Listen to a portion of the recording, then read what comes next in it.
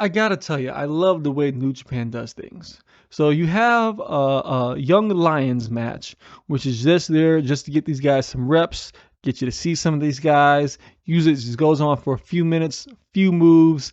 It's always interesting.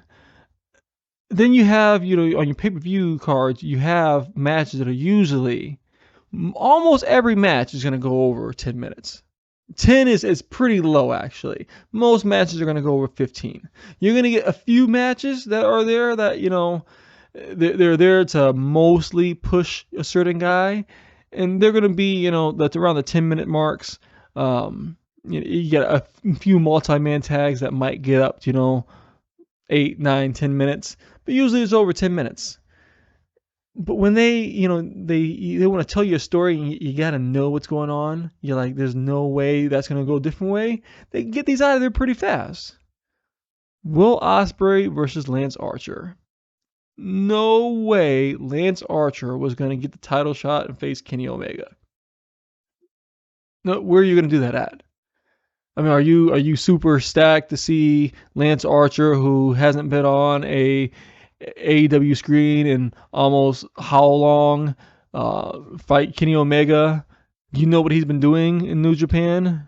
You know his New Japan record isn't that amazing. I mean, it's good, but he was here in this tournament to be the foil for Will Ospreay at the end. And I mean, 8 minutes in and out. They didn't keep it a surprise. Get your big moves in, get a few, showmanships in, do your poses. But at the end of the day, everyone knew it was going to be Will Ospreay versus Kenny Omega. But the fact that it's Will Ospreay versus Kenny Omega, that's big. I mean, so their first match, it was the God Kenny Omega, okay? Kenny by God Omega versus Will I'm not ready yet Ospreay. I mean, the story that they told, they tell such good stories that you want to look up if they're actually mad at each other. Like, do these two actually dislike each other? I mean, that's the kind of things that you do when you watch a story with Kenny Omega, is that he's so blending things. And you would think that these two actually hate each other, but from all the reports, they actually are pretty good friends. That's what the wrestling business is. It wants you to keep you on your toes.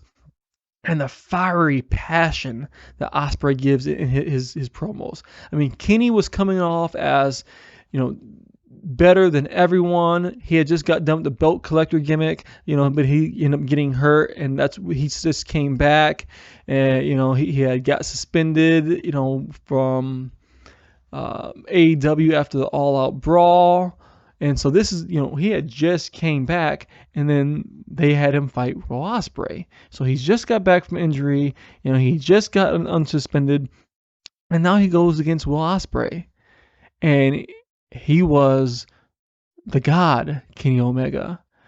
And the whole story was Will Ospreay, while he was good, while he was great, was he great enough to beat Kenny Omega? And he wasn't. And that's the story they told. And it wasn't like, it's close. Towards the end of the match, Kenny Omega was pulling away and just showing him that he wasn't on his level. And then he beat him. And everyone was like, wait a minute, what? Because everyone thought, okay, well, Kenny's only over here, for a match, and so they're going to have Will Ospreay come over here. No, they had Kenny Omega dominate Will Ospreay. Obviously, it wasn't just dominating because Will kicked the shit out of Kenny. I mean, especially early on, just kicked the shit out of him. And that's what you want to see. You want to see the plucky underdog who, if anyone else, Will Ospreay is not an underdog. He's only an underdog because of the story that they told and how well they told it. So now you have Kenny Omega who, has just been beaten down by Don Callis. Kenny Omega that's got his watches back because of the Blackpool Combat Club. Kenny Omega who doesn't have anyone to trust. Kenny Omega who, just have all these things going on. And then you got Will Ospreay, who, after the Kenny Omega fight, match, he was talking about how he doesn't know how much longer he can do this, especially in New Japan. And then it comes out, his contract is up next year. And we're, us fans, we're not dumb. Back in the day, we didn't know all this information, but they use all of this information and to build their matches, to plant seeds of doubt in your head. And so now you have Kenny Omega versus Will Ospreay, but it's already been basically announced that they're going to be doing a trilogy of matches here. And I think for something like this, you have to have Kenny Omega go over. The way that they did it with him and Okada is that it was Kenny Omega was always looking for that win over Okada. The first match, he just wasn't good enough. In the second match, he just ran out of time. There's just no more time. In the third match, he finally got over the hump. And while I don't think you can go exactly like that, I don't think you can do that, match for match. I think this one you have to have that he's there.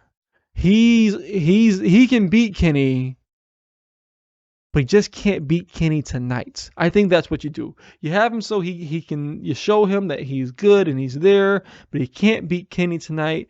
And maybe towards the end of his run here, towards the end of the year, we have one more match. And that's when you have Will Ospreay go over on Kenny Omega. Will Ospreay gets the US title back. And then is Will Ospreay coming to the US? Or is Will Ospreay staying in New Japan? Now that he's beating Kenny Omega, he's a huge star. And so he's ready to go into his contract negotiation with New Japan, who does not have the dollars that AEW has. He can't match them. And so you've just made Will Ospreay an even bigger star than what he already is by beating your main star. That's the way you do it.